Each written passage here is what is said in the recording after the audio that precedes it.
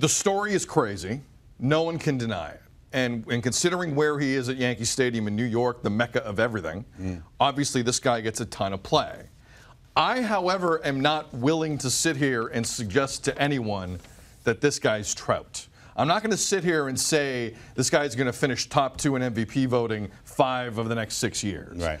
I believe some of this will be rectified over time. He will come down to earth a little bit. This is a guy in his August-September audition a year ago, he could not stop striking out. Right. He hit under 200. He had, in 2 months, in 84 at-bats, he had 42 strikeouts. Something obviously has happened this year that not a lot of people have been able to adjust to, especially before the All-Star break.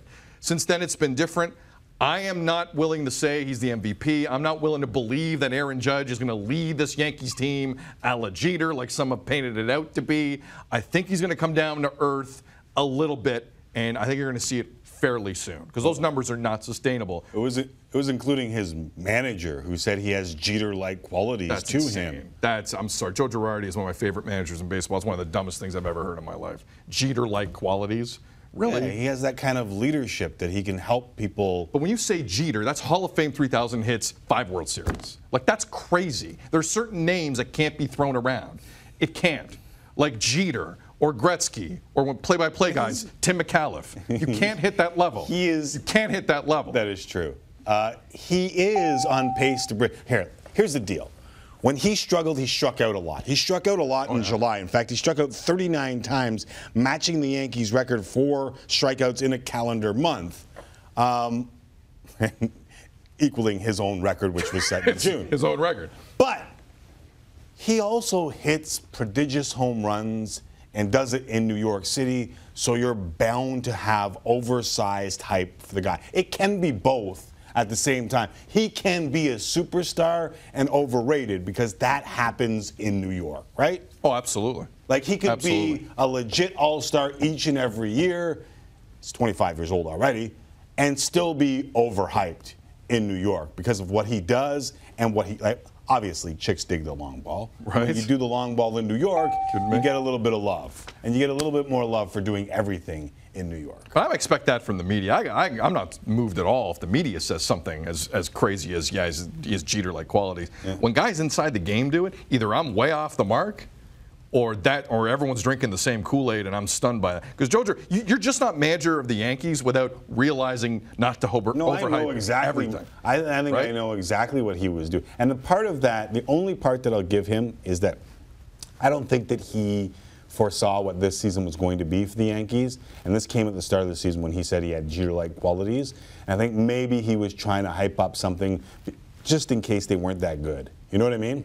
Yeah, I mean, team's no good. I could see that. Here's this guy, get excited about him. Get excited but about the team is now good, and the guy is good. If he's made adjustments. We'll see if he continues to make them, because at the big league level, that's what you need to do throughout all of your career. You never stop making adjustments. No. But the oversized type fits the man, and it was Wilt Chamberlain who was once famous for saying nobody cheers for Goliath, but it seems like everybody is cheering for Goliath in Major League Baseball because David had himself another night last night. For those who don't know who David is in this equation, Jose Altuve and the Houston Astros.